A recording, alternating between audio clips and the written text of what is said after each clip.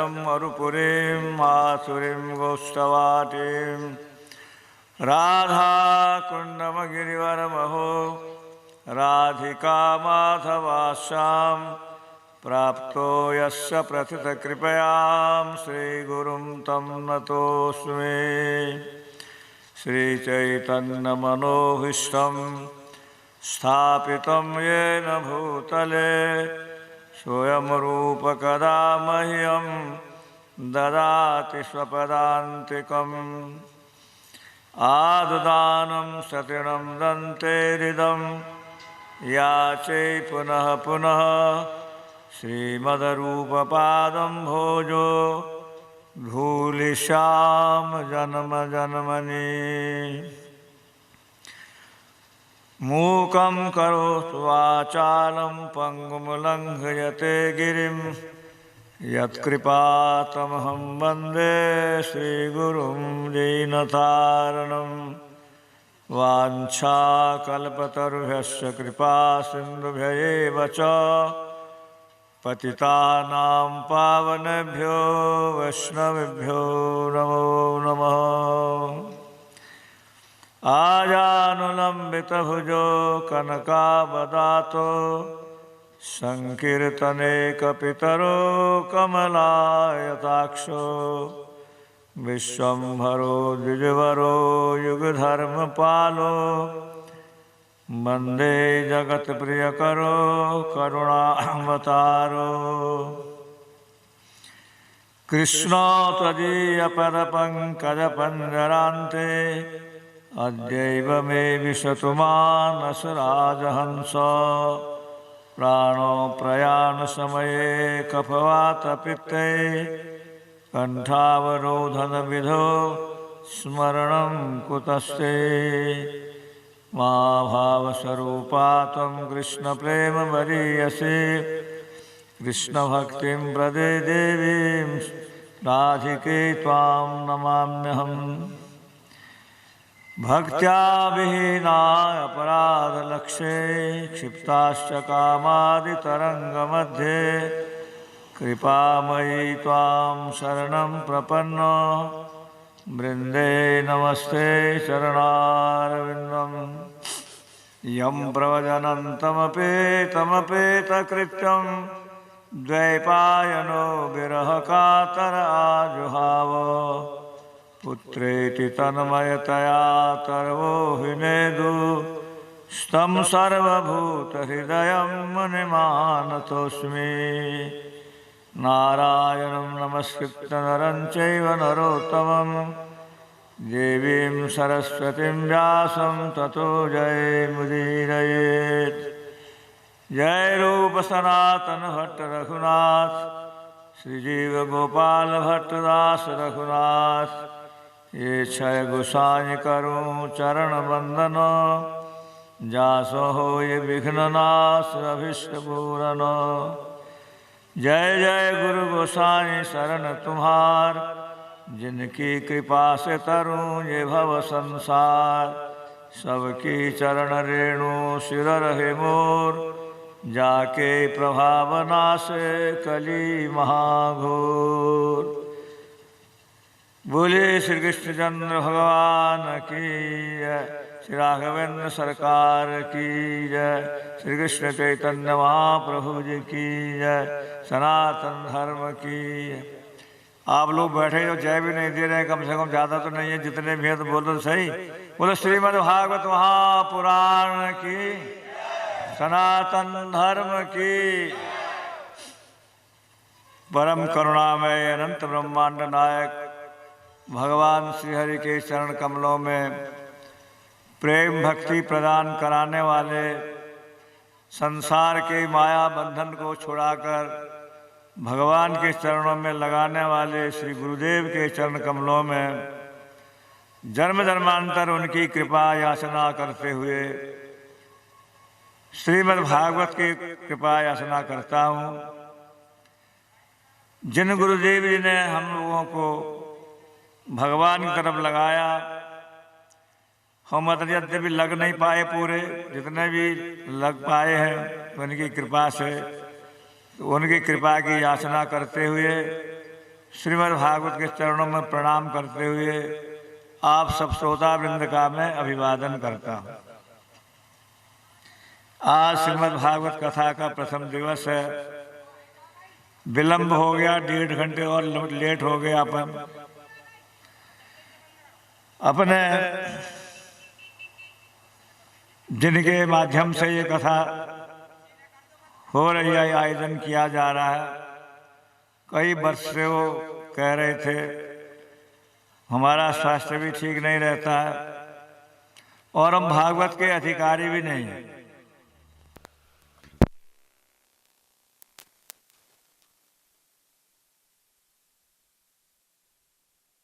सुननी पड़ती है और जो भगवान के नहीं सुनता तो भगवान की प्रकृति माया ऐसी सुनाती, ऐसी ठोकर लगाती है कि फिर पता चलता है।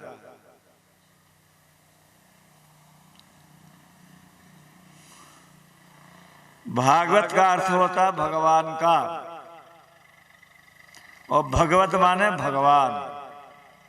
श्रीमद् भगवत गीता और श्रीमद् भागवत महापुराण, ये 2 अलग अलग ग्रंथ हैं।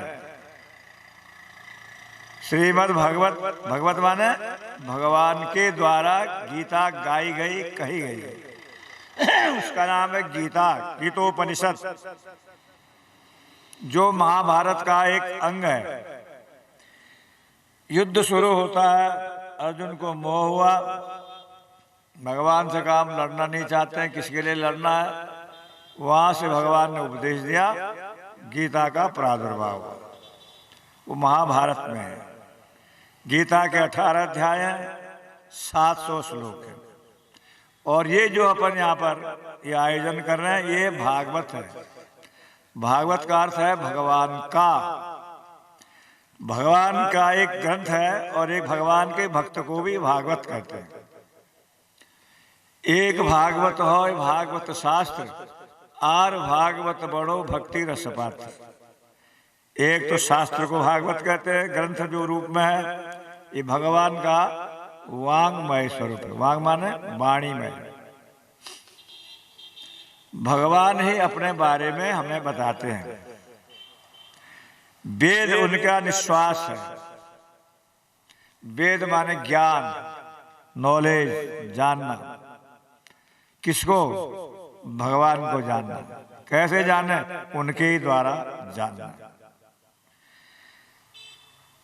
तो ग्रंथ भागवत को भगवान के भक्त भागवत के द्वारा जाना जाता है।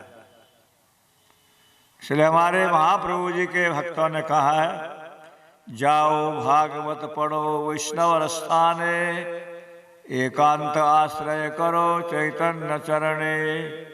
अगर हमें भागवत जानना, सुनना, समझना है तो भगवान के भक्त के पास, वैष्णव के पास जाना है।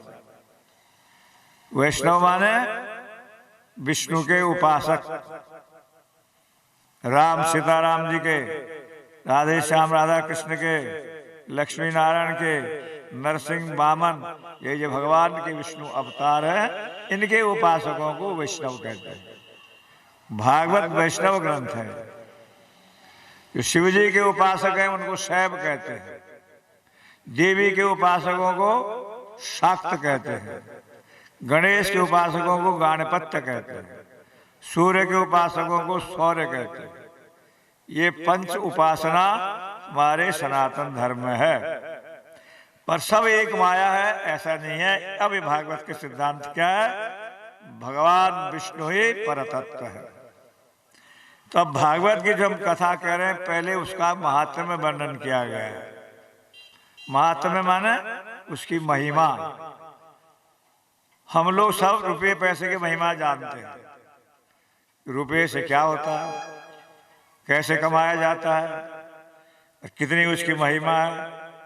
या शास्त्र विक्रम सनो नरक कुलीनो स्वपंडित सदर्शनीय सवे वक्ता सदर्शनीय सर्वे गुणाकांचन माश्रयन्ति।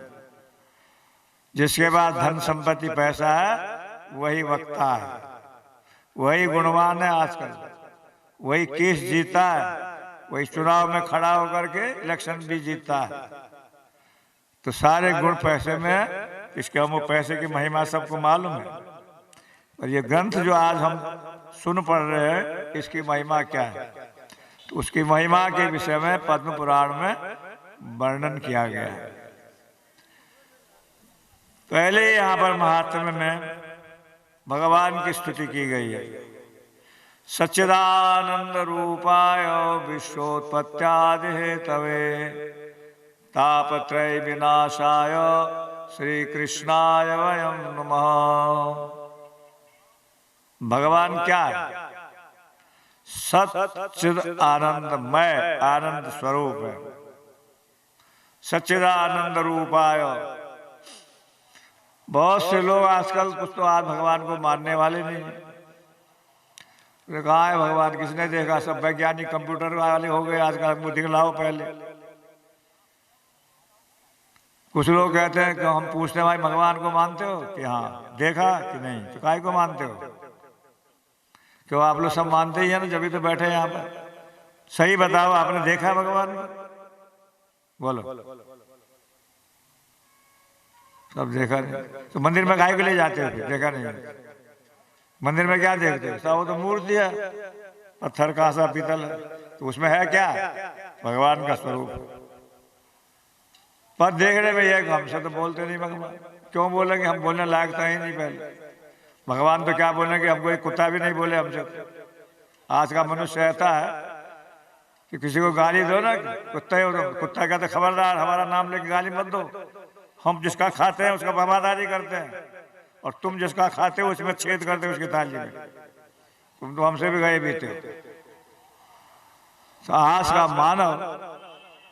मानव नहीं है, दानव बन गया है। जो भगवान नित्य शाश्वत है उसको सिद्ध करना पड़ता है कि है वो। तो हम पूछते हैं बहुत से लोगों से, क्यों भाई आपके पिताजी के? हाँ। दादाजी? कोई कहता है, कोई कहे नहीं। दादाजी के पिताजी परदादा कि नहीं नहीं देखा क्या? नहीं नहीं। ठीक है, पढ़े लिखे लोग आप लोगों से पूछता हूं, किसी ने अपने दादा को नहीं देखा तो क्या आपके दादाजी थे या नहीं थे? बोले थे। कैसे मानते हो? देखा तो है नहीं, क्यों मानते हो थे? और उसका इसी का जवाब है, पर कोई जवाब देना नहीं जानता। हमारे पिताजी कहते हैं कि साहब हमारे पिताजी थे, दादाजी हो तो, और पिताजी झूठ बोलते होंगे तो नहीं, वो तो सही कहते, पर हमने तो नहीं देखा ना। हम उसकी बात पर विश्वास करते हैं कि दादाजी थे हमारे। ये एक गौण बात। छह माने मैं हूं तो मैं हूं, मेरे पिताजी है, और पिताजी है तो उनके पिताजी भी जरूर थे, नहीं तो मैं हो ही नहीं सकता। इसलिए दुनिया सारी दिख रही है, इसको बनाने वाला भी कोई है। हमने नहीं देखा तो बनाने वाला तो कोई ना कोई है। अब कैसा है, कहाँ रहता है, अलग बात। उन भगवान से ही हमारा जन्म जन्मांतर का संबंध है। ये कथा कीर्तन सत्संग जो होता है ये भगवान की प्राप्ति के लिए होता है, और दुर्भाग्य से आज पैसे कमाने के लिए हो गया है कथा कीर्तन सत्संग, पूजा पाठ। मंदिर में पुजारी जी पूजा करेंगे भगवान की तनख्वाह के लिए, तनख्वाह के लिए भगवान की पूजा नहीं की जाती। सही बात है, इसलिए वहां भगवान रहता है। तो आज के कथा कीर्तन टीवी चैनलों में जो आती है उसका उद्देश्य है या तो पैसा या नाम बढ़ाए। हम बड़े विद्वान हैं, बड़े विरक्त त्यागी है, पैसा छूते ही नहीं है। वो पैसा नहीं छूना भी एक किस्म का भोग है, त्याग में भोग छिपा हुआ है। अभी बारी की बात है, हम लोग ध्यान नहीं देते सब। हम लोगों को सही मनोरंजन, समझ रहे हो? क्यों भाई, अब तुम थोड़े से लोग हैं, सवेरे जुलूस में चले गए, सब भग गए। अब जो बात हम आज कह रहे हैं वो कल तो नहीं हो जाएगी, दूसरी बात कहेंगे तो कहते महाराज जी तो पुरानी बात कह रहे हैं। देखो, सबसे पहले यहाँ भगवान की स्तुति की गई है। भगवान है सच्चिद आनंदमय। सत्य माने नित्य शाश्वत रहने वाला, जिसका एग्जिस्टेंस हमेशा रहता है। चिद माने जो ज्ञान स्वरूप है, और आनंद प्रेममय है। ये भगवान की परिभाषा है। भग शक्ति ऐश्वर्यवान धारण करने वाला। कौन सी शक्ति? अनंत शक्तियां भगवान धारण कर। वान माने धारण करने वाले। धन वान, रूप वान, गुणवान, विद्यावान, ये विशेषण है जिसके पास है वो उसका मालिक है। इसलिए सब प्रकार की शक्तियों के जो मालिक है उनको भगवान कहते हैं। आज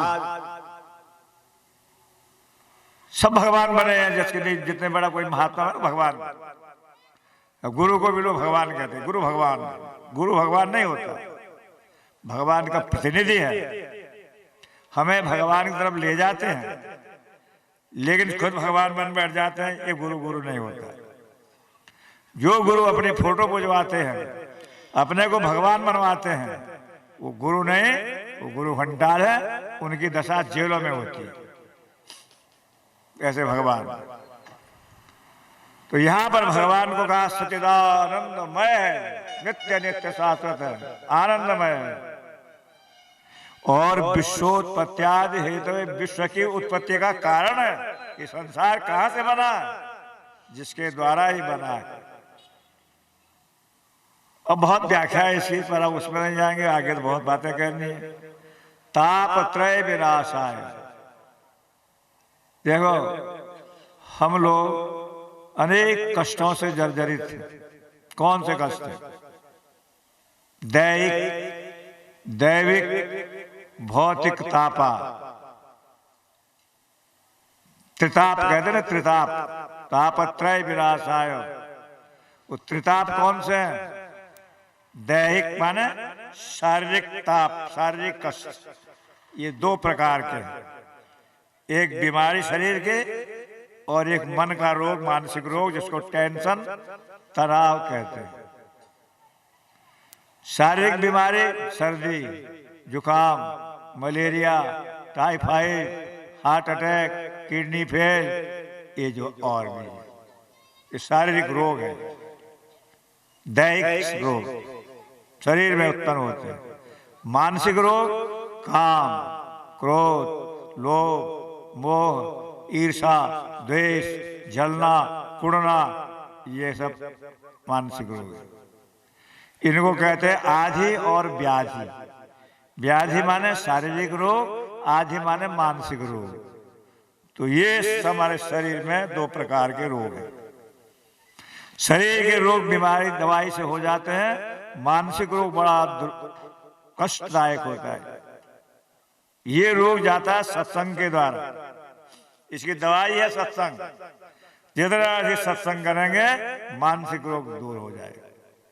मानसिक रोग दूर होगा तो शरीर के रोग भी पता नहीं चलेगा। फिर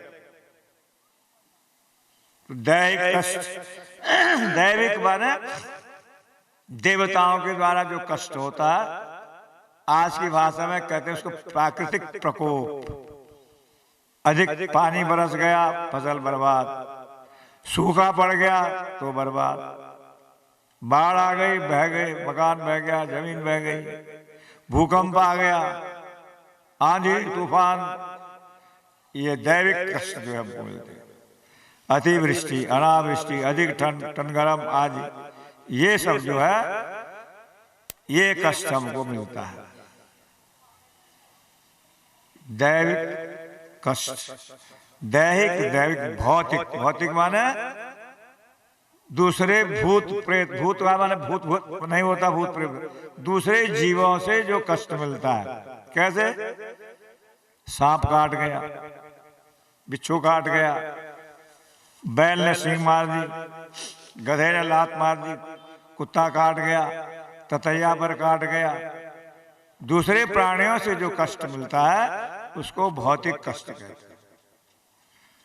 तो देह दैविक भौतिक ताप, इनको जो विनाश करने वाले हैं भगवान श्री हरि। ताप विनाशाय श्री कृष्णाय वयम। उन श्री कृष्ण को, भगवान को हम नमस्कार प्रणाम करते हैं। वो भगवान कौन से हैं? श्री कृष्ण है।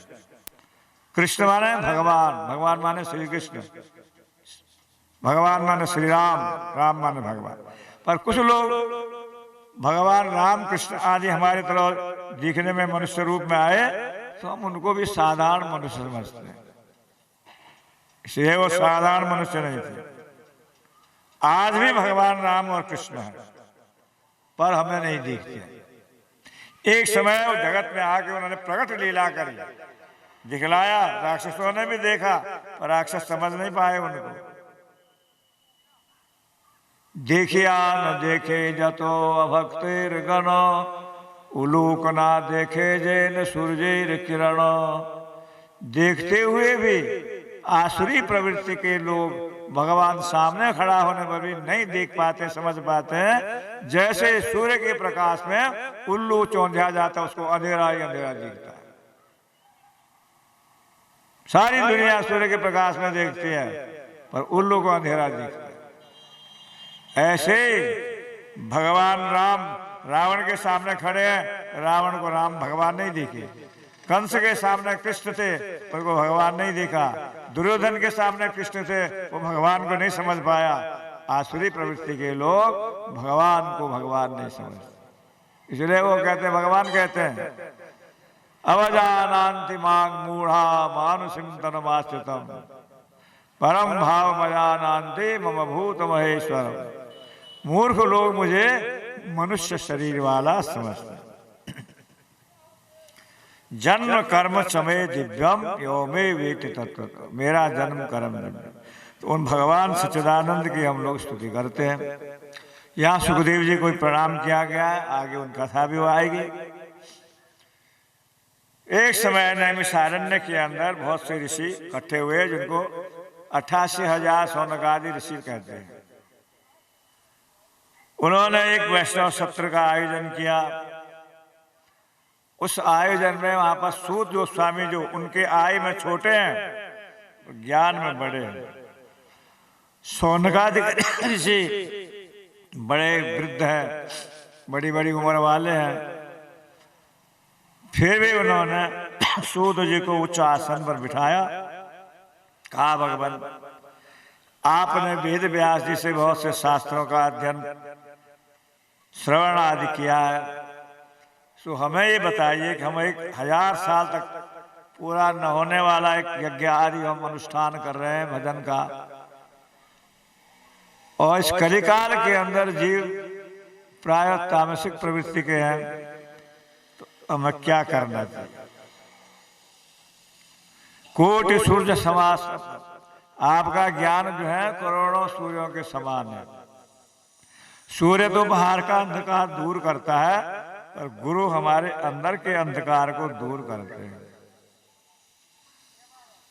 कल्प वृक्ष स्वर्ग के सुख संपदा देता है, चिंतामणि भी लौकिक सुख देता है, परंतु भगवान के भक्त गुरुजन हमें भगवान और वैकुंठ को भी दे सकते हैं। इसलिए हमारा कल्याण किसमें है, हमें क्या करना चाहिए, सो कृपा करके आप बता दीजिए। उनके इस प्रश्न को सुनकर के सूत जी ने कहा धन्य हो ऋषियों, आप लोगों की रुचि भगवान की कथा में सत्संग में है, ये बड़ा सौभाग्य है। भगवान के बारे में धर्म के बारे में कौन पूछता है, हमें कहाँ उसकी जरूरत महसूस होती है। पूछेगा तो वो जिसको जरूरत महसूस होगी। हाँ हम पूछते हैं किसी संत महात्मा के पास चले गए तो साहब हमारे बच्चे की नौकरी नहीं लगती है, शादी नहीं होती है, ये नहीं होता, दुनिया के धन फन सब पूछेंगे। ये कोई नहीं पूछता है कि भगवान कैसे मिलेंगे। ज्योतिषी के पास जाते हैं, जन्म कुंडली दिखाते हैं, क्या ग्रह नक्षत्र है, लड़का लड़की की कुंडली मिलाते हैं, कितने गुण मिले। गुण तो बहुत मिल गए पर दिल नहीं मिला। तो कुंडली मिलानी है कि दिल मिलाना है। पर आजकल जो है कुंडली मिलाई जाती है, शादी भी हो जाती है, बाद में दिल नहीं मिलता तो तलाक भी हो जाती है। तो ज्योतिषी के पास कोई ये जाने पूछने गया कि मेरा भाई गई जैसे, मेरा भाई ने क्या पूछा कि राम मिलन कद होशी मारा जूना जोशी, राम मिलन कद होशी। हे जोशी महाराज, राम जी कब मिलेंगे, कृष्ण कब मिलेंगे, उनके चरणों में कब प्रेम होगा, ये हमको बताए। कुंडली में है कहीं हमारे? तो वो कौन को चाहिए। देखो भगवान को चाहना और भगवान से चाहना से बहुत फर्क है। ये जो ग्रंथ आदि हमारे धार्मिक साहित्य है, ये सब भगवान को चाहने के लिए बनाए गए। संत महात्मा जो भी सही हुए हैं, उन्होंने भगवान के लिए ही साधन भजन किया। नाम बढ़ाई, प्रतिष्ठा कामना, लौकिक चीजों के लिए उन्होंने भगवान को कभी नहीं चाहा।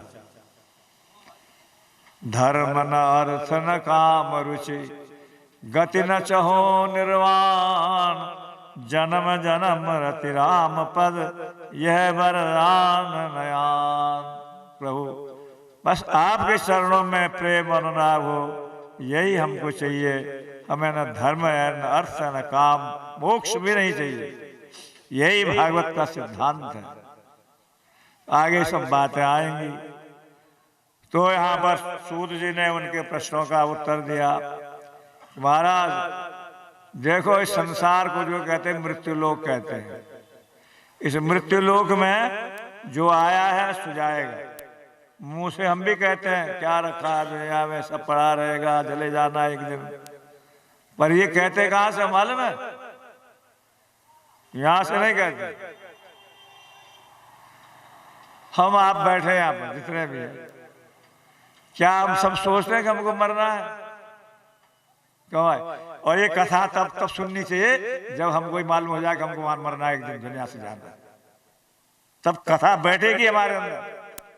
नहीं तो एक रिवाज है कि साहब दालचंद ने भागवत जी का आयोजन रखा, हम उनके रिश्तेदार है, चलो रिश्तेदारी निभाने के लिए तो जाना ही पड़ेगा सप्ताह आज में। तो बैठ पे गए, सुन भी लिया और करना धरना वही जैसे कम पड़े है।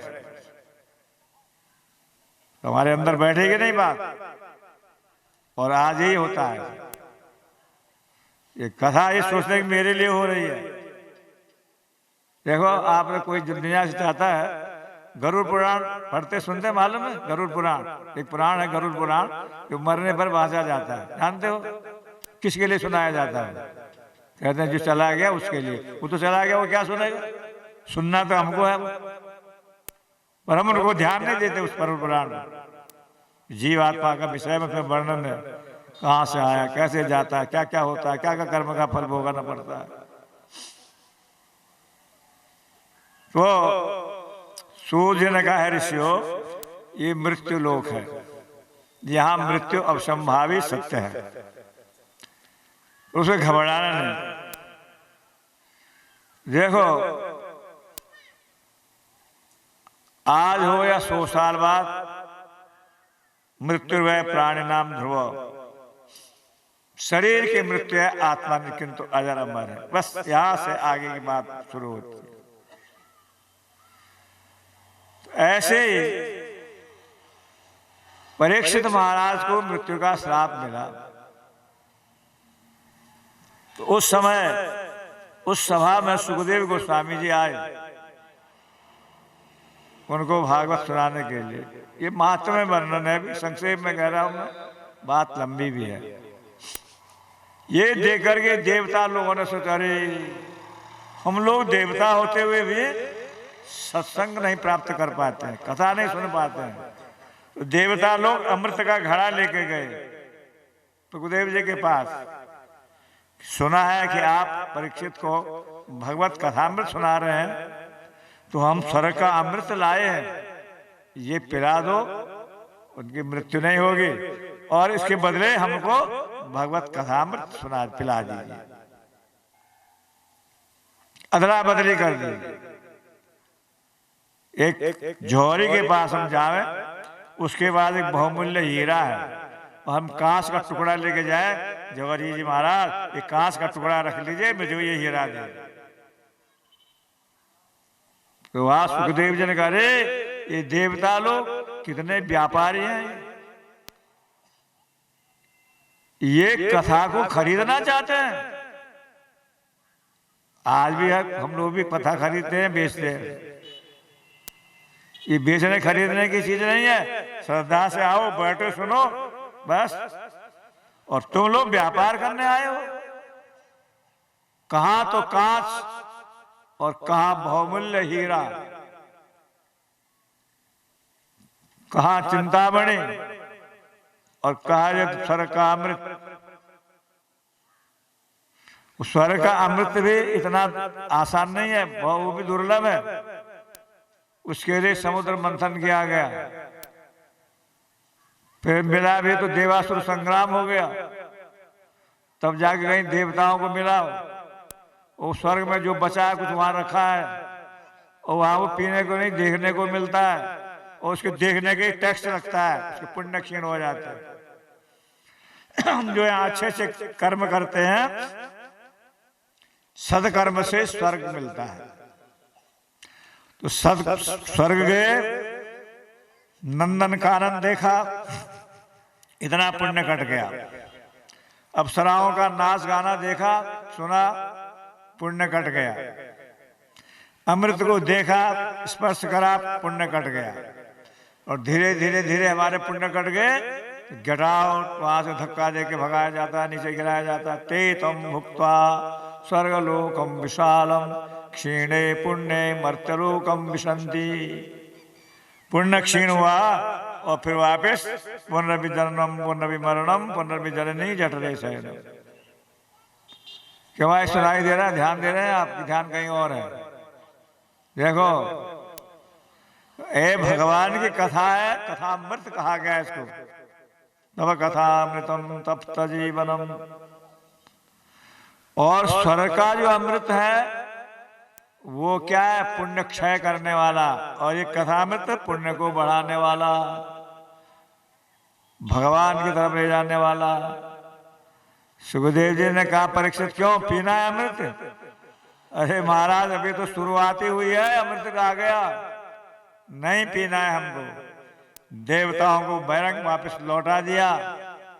देवता लोग घरे घरे, हमको जो है कथामृत नहीं पिलाया। ब्रह्मा जी के पास शिकायत करी कि महाराज, हम बड़ी आशा से गए थे, हमको लौटा दिया। ब्रह्मा जी ने कहा, देखो परीक्षित को कथा सुनाई है कि हाँ, अब उसका क्या परिणाम हुआ? 7 दिन बाद तो उनको तो भगवान की प्राप्ति हो गई।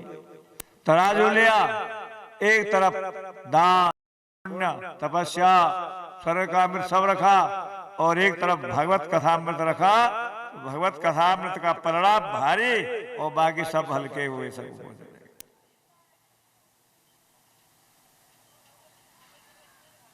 ये है भगवत कथामृत का परिणाम, भगवान को दिलाने वाला, भगवान की प्राप्ति कराने वाला। तो देखो ऋषियों, इस भागवत कथा को सुखदेव जी ने परीक्षित को सुनाया। जो उन्होंने कहा, उस वक्त हम भी थे, सूत जी कहते हैं। यो तो नारद जी को ब्रह्मा जी ने इसका उपदेश दिया शुरू में, परंतु इसकी सप्ताह विधि जो है नारद जी को सनकादिकों ने सुनाई, बताई। तब सौनकादि से बोले, महाराज नारद जी तो भ्रमण करते रहते हैं इधर उधर। बहुत से लोग नारद जी कहते हैं तो लड़ाने वाले हैं, नारद जी किसी को लड़ाते नहीं, वो तो सबको भगवान की तरफ लगाते हैं। नारद और नारद, ना नहीं रद, जिनकी बात कभी रद नहीं होती है। जिसको वरदान दे दिया तो पूरा होगा, और श्राप दे दिया तो बंटाढार हो गया, वो नारद जी। दूसरा अर्थ नार, नार मन नारायण, 2 मन देने वाले, जो भगवान को देते हैं, दिला देते हैं। ध्रुव जी को, प्रहलाद जी को, उनके गुरु जी हुए नारद जी, उनको भगवान की प्राप्ति करा दी। तो नारद जी तो विचरण करते रहते हैं। क्यों करते रहते हैं? जगह जगह जाकर के सबको भगवान की बात सुनाए, भगवान की तरफ लगाते हैं। आगे भागवत में कथा आती है, दक्ष प्रजापति के हजारों पुत्रों को उन्होंने भगवान के भक्त बनाया। उन्होंने श्राप दिया, ए नारद, तेने मेरे बेटों को बिगाड़ दिया। बिगाड़ा माने उनको बैरागी बाबा बना दिया। तो बैरागी कोई गलत काम कराया क्या? पर आज हम लोग भी सब कुछ बने, डॉक्टर मिनिस्टर बैरिस्टर टटर बने, पर कोई संत महात्मा भक्त बने, वो ठीक नहीं है, तो कुल का नाश हो जाएगा। और सुनते हैं ध्रुव प्रहलाद की कथा, और बनाना कोई नहीं चाहता अपने बेटों को ध्रुव प्रहलाद। तो बनने लग जाए तो पर करे ये तो बिगड़ गया। सिनेमा देखे वही इधर उधर भट गए, खूब गुंडागर्दी, जेब काटे, वो सब ठीक है। तो सत्संग भजन परमासिक बने वो गलत है।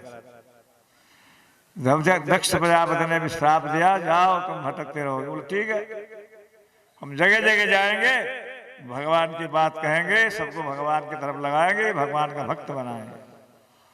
तो नारद जी जो है प्रचरण करते हैं, वो 7 दिन एक जगह कैसे रह गए? तब वर्णन करते हैं कि देखिए एक समय ये कलिकाल जो है ना, कलह का युग है, लड़ाई झगड़े जब जरा जरा सी बात पर यहाँ शुरू होते हैं। इस कलिकाल के सुखों को दूर करने के लिए श्रीमद् भागवत का प्रादुर्भाव हुआ, परीक्षित को निमित्त बना, और आज कल्याण हम सब जीवों का होता है। तो एक समय नारद जी विचरण करते हुए बद्रिकाश्रम में जा रहे थे, और वहां पर घबराए हुए दिख रहे थे, वो जल्दी जल्दी भाग रहे थे। इसमें विशालापुरी बद्रिकाश्रम कहते हैं, विशालापुरी भी नाम है। तो वहां सनकादिक मुनि अचानक उनको मिले और पूछा कथम दीन मुखम, नारद जी आपका ये मुंह ऐसे लटका हुआ क्यों है? आप तो प्रसन्न हैं, दूसरों को प्रसन्न कर देते हैं, कोई कष्ट भी हो किसी का उसको कष्ट निवारण कर देते हैं, पर आज आप ऐसे मलिन मुख दिख रहे हैं, क्या बात है? जल्दी जल्दी कहाँ जा रहे हैं, तो बतलाइए। तो नारद जी ने कहा देखिए मैं इस पृथ्वी लोक में कहीं सत्संग मिले, भजन अच्छे कर्म हो, उसके लिए विचरण करने लगा। गया, काशी, श्वेतबंधु, रामेश्वर सब तीर्थों मैंने भ्रमण करा, पर कहीं भी मुझे शांति नहीं मिली। सब जगह दुष्टों ने अपना अधिकार कर लिया। तो तीर्थ तो ऐसे दूषित हो गए, पुष्करम, प्रयागम, काशी, गोदावरी तथा रामेश्वर, श्वेतबंधु सब जगह जाने पर भी कहीं भी मुझे संतोष नहीं मिला। क्यों? अभक्त लोगों ने सब जगह जो है दूषित कर दिया पृथ्वी को। तो मैंने देखा कि फिर ऋषि मुनियों के आश्रमों में जाया जाए। तो बड़े बड़े महात्माओं के आश्रम में गया तो वहां भी देखा मैंने महात्मा लोग भी धन संपत्ति आश्रम चेला चांटी में लगे हुए हैं। एक आश्रम में भाई आश्रम किसका है कि मौनी बाबा का। हल्ला चिल्ला कहाँ हो रहा है कि मौनी बाबा के आश्रम में, नाम है मौनी बाबा और बहुत चिल्ला हल्ला हल्ला मच रहा है। साहब ये बच्चे किच्चे किसके हैं? साहब ब्रह्मचारी जी के हैं। या धन संपत्ति किसकी है कि बैरागी बाबा की है। तो ये संत महात्माओं के आश्रमों को भी ये हालत दिख रही। गृहस्थियों के यहाँ गया तो तरुणी शाल को बुद्धिदायका तरुणी गृह मालिक की बनी हुई है स्त्रियां, उनके कहने से सब चलता है। बुद्धि देने वाले शाली जी है। बड़े बुजुर्गों के जब कोई सुनता नहीं है, माता पिता को अनाथालय में भेज देते हैं। आज की जो स्थिति है उस वक्त बता रहे नारद जी कि मैं सारी पृथ्वी में घूमा, मैंने देखा सब जगह अन्याय अत्याचार हो रहा है, धर्म का जो है विरोध हो रहा है।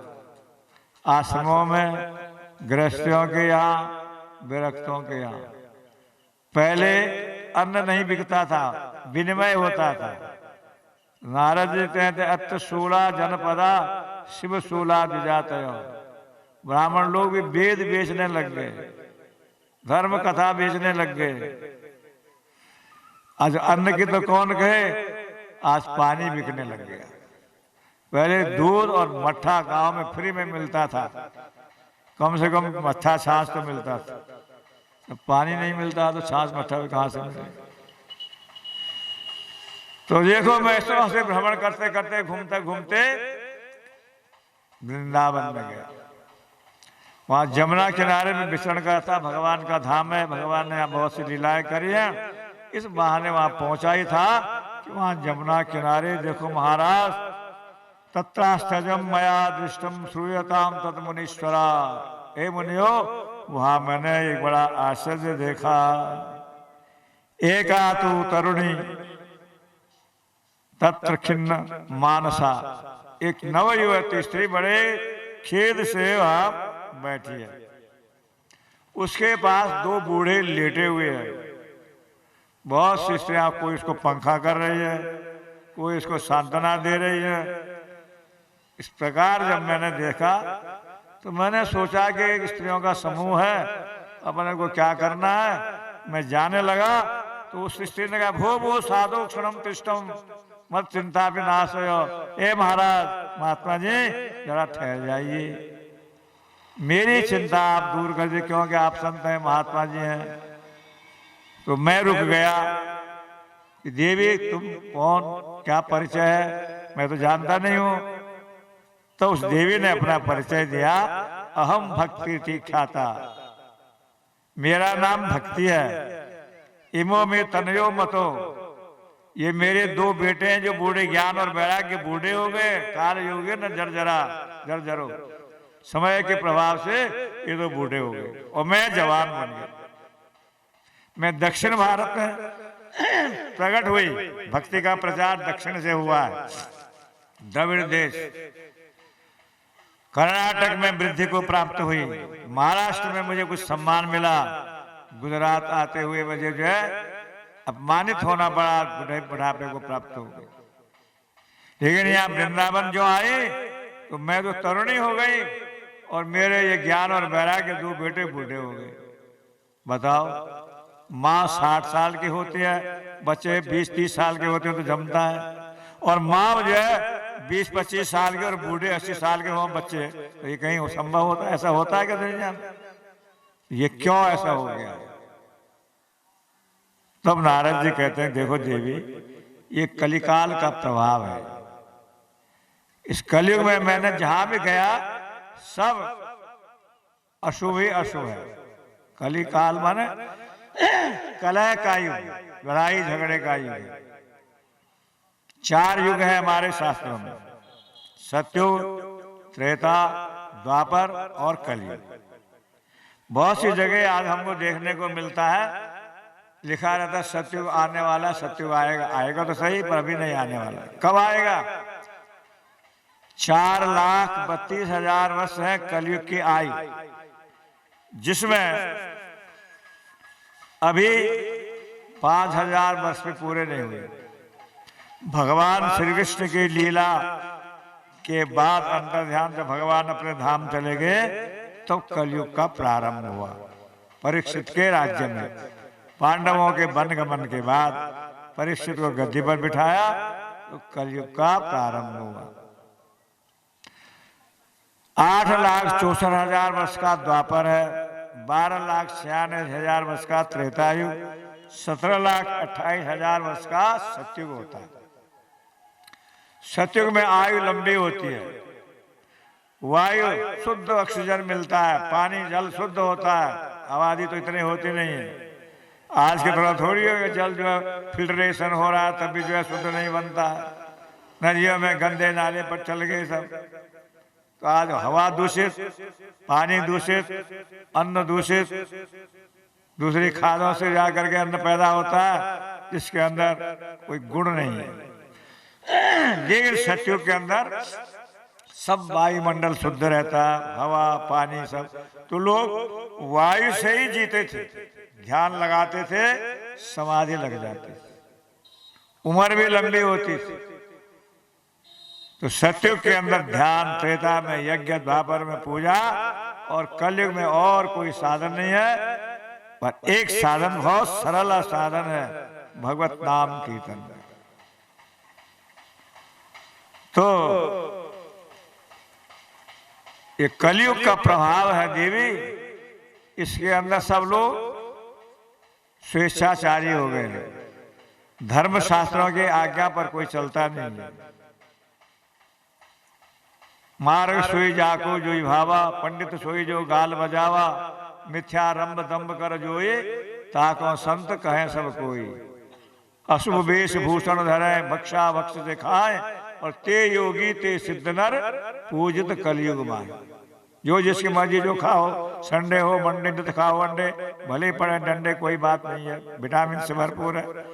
ये आज का खाना पीना बदल गया, बिगड़ गया, वेशभूषा बदल गई, भजन साधन तो बहुत दुर्लभ हो गया। भक्ति देवी ने कहा महाराज आपकी बात से मुझे बड़ा संतोष मिलता है, तो इस कलयुग को परीक्षित में रहने क्यों दिया? नारद जी ने कहा देवी इसमें संदेह नहीं है कि कलयुग सब अवगुणों की खान है। सत्यम नास्ति दया नास्ति, दया धर्म सत्य नहीं है, पर यस्त एको महान गुणों, एक बड़ा भारी गुण है इसके अंदर, भगवत नाम कीर्तन से सब प्राप्त हो जाता है। इसलिए इस कलयुग को परीक्षित ने स्थान दिया और रहने दिया। नारद जी कहते हैं देवी तुम बहुत खेद मत करो। भक्ति देवी ने कहा आपकी बातों से मुझे बड़ा भरोसा होता है। कहा आपने प्रहलाद ध्रुव को जो है छोटी उम्र में ही ऐसे ऊंचे पद पर पहुंचा दिया। धन्य नारद जी, आपके हृदय में मैं हमेशा रहूंगी और दूसरी जगह कभी नहीं जाऊंगी। नारद जी ने भी कहा देवी भगवान श्री कृष्ण आज भी हैं, वो कहीं गए नहीं। जिन्होंने द्रौपदी की रक्षा करी, गोपियों के साथ जिन्होंने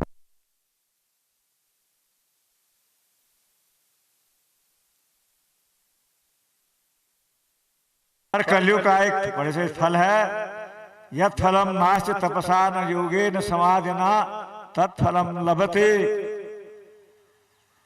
सम्यक केशव कीर्तनात्। भगवान के कीर्तन से कलयुग में सब प्राप्त हो जाता है। परंतु इस कलयुग में भी एक और आफत है। विप्रे भागवते वार्ता गेहे गेहे जने जने कारिता कर्ण लोभेनो कथासार तथो गतो। ये श्लोक है। ब्राह्मणों ने भी घर घर में भागवत कथा कहना शुरू कर दिया है। किसके लिए? कार्य का कर्ण लोभे न, पैसे के लिए। इसलिए कथा का जो वास्तविक तात्पर्य है वो सार निकल गया है, पैसा मिल जाता है। किसके लिए? सब वहां पर लड़के पढ़ रहे हैं, स्कूल बनाना है, बोले लंगड़े हैं, गौशालाओं के बहाने सब पैसा कमाने का एक साधन बना दिया है। ये पहले लिख दिया है। इसलिए लोगों की मति जो है बिगड़ गई। जो आत्मक ग्रंथ था आध्यात्म का, उसको शारीरिक सुख सुविधाओं के लिए हमने उसका उपयोग कर लिया। भक्ति देवी प्रसन्न हुई, उसमें आत्मबल आया। तो महाराज आपकी बात से मुझे तो संतुष्टि है, लेकिन मेरे ये बेटे जो थे अभी तक वे बूढ़े ही पड़े। नारद जी ने उनके कान में गीता के श्लोक कहे, वेद के श्लोक कहे, गायत्री मंत्र कहा। थोड़ा उठने लगे जमाई ले, फिर ढुढ़क लगे। हे ज्ञान वैराग्य उठो, गीता पाठे मुहुर्मुहु, बार बार वेद वेदांत गीता सबके श्लोक कह डाले, पर उनकी मूर्छा दूर नहीं हुई, अब बुढ़ापा दूर नहीं गया। तब नारद जी ने कहा देवी मैं प्रयत्न करूंगा जिससे तुम्हारे कष्ट का निवारण हो सके और ये ज्ञान वैराग्य भी नवयुवक बने। क्या करें? अब मन में सोचा कि हम सूर्य की तपस्या करें। आकाशवाणी हुई नारद तुम प्रयत्न करो, सत्कर्म करो और सत्कर्म से तुम्हारा मनोरथ अवश्य दूर हो। अब नारद जी कहने लगे सत्कर्म कौन सा है? वाणी भी आकाशवाणी ऐसी हुई जिसमें स्पष्ट नहीं है कि कौन सा सत्कर्म करें। दान, पुण्य, तपस्या, त्याग, वैराग्य आदि का कर्म करें। तो नारद जी जगह जगह ऋषि मुनियों के आश्रम में गए कि भाई वो सत्कर्म की आकाशवाणी हुई है, क्या है सत्कर्म? लोगों ने कहा महाराज जब आप ही नहीं जानते हैं तो हम क्या बताएं इस विषय में। किसी ने कहा है कि हम कुछ जवाब न दे पाए, पहले ही मौन रखे साहब, हम तो मौन है, हम बोल नहीं सकते, हम बोलते नहीं। जब आता नहीं है ना तो हम मौनी बाबा बन जाते। जगह जगह गए, सब नारद जी के लिए कहने लगे जब नारद इतने बड़े ऊंचे संत हैं वो नहीं जानते हैं तो हमें कैसे मालूम पड़ेगा।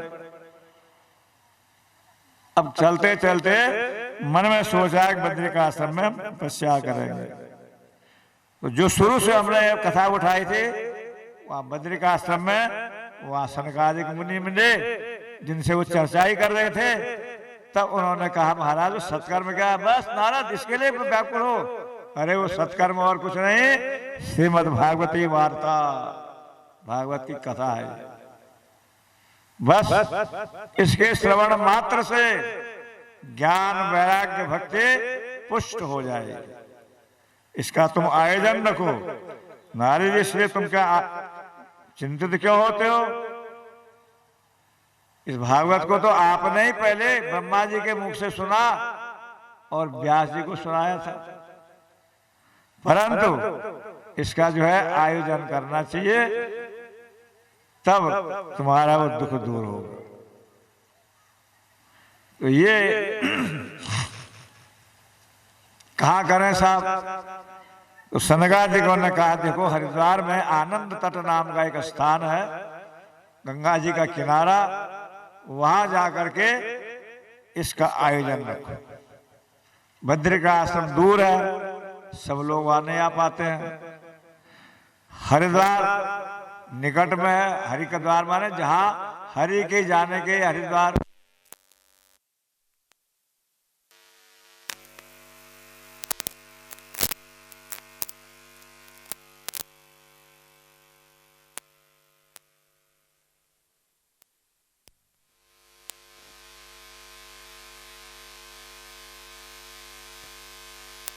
बस नारद जी को जो है उपाय मिल गया और हरिद्वार में आकर के साहब कथा कौन कहेगा?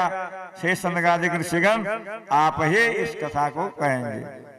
नारद जी बन गए मुख्य श्रोता। सब ऋषि मुनियों को मालूम पड़ा अरे वहां कथा हो रही है, सब कथे हो गए। बड़े बड़े वेदांत जी, व्यास जी, विश्वामित्र, अत्रि, वशिष्ठ, गौतम, बहुत से ऋषियों को जब मालूम पड़ा, कुछ अपने शिष्यों के साथ, गृहस्थ लोग अपने पत्नी बच्चों के साथ, तीर्थ आदि सब तीर्थों के साथ, क्षेत्र पुष्कर क्षेत्र आदि क्षेत्रों के साथ सब वहां उपस्थित हो गए। वो स्थान हिंसा से दूर, जहां पर हिंसक जीव भी किसी की हिंसा नहीं करते। अब वहां पर ऋषि मुनियों की कथा है। कोई गद्दे तक की तो जरूरत नहीं है, रेत बालू नरम है, उसका ही ऊंचा आसन बना दिया, व्यास गद्दी। बैठने के लिए सब ऋषियों के लिए एक तरफ ऋषि सन्यासी, एक तरफ ब्रह्मचारी, एक तरफ गृहस्थ, इस प्रकार से। और वहां बड़ा आयोजन हो गया भागवत कथा का। तावदन्यानि पुराणानि यावन दृश्यते साक्षात् श्रीमद् भागवतम परम। तब तक दूसरे शास्त्रों की बात कही सुनी जाती है जब तक श्रीमद् भागवत को हमने सुना पढ़ा नहीं। ये सबका सार है। नारद जी बोले मैंने जो के कान में गीता का पाठ, वेद के पाठ और गायत्री मंत्र आदि सब कहा, वो क्या ये नहीं है कि है, लेकिन भागवत सबसे निकाला हुआ एक निचोड़ है। कैसे? जैसे घी है दूध में ही है, पर दूध से वो स्वाद नहीं आता घी का, जो घी अलग होने से उसका स्वाद आता है। गन्ना में मिठास है, परंतु गन्ने के रस से मिठाई नहीं बनती, शक्कर गुड़ बनाने से तो मिठाई बनती है, बने गन्ने से ही है वो, पर उसका सार निकला है। आम का पेड़ है, उसमें रस है, पर उस रस का जो है परिणाम फल में है, आम के फल में। अब कोई आम का फल खाए, जब फल इतना मीठा तो पेड़ भी मीठा होगा, तो पेड़ चखेगा फिर क्या से लगेगा बाद में? है तो पेड़ में, पर फल उसका परिणाम है। ऐसे वेद आदि शास्त्रों का परिणाम है श्रीमद् भागवत।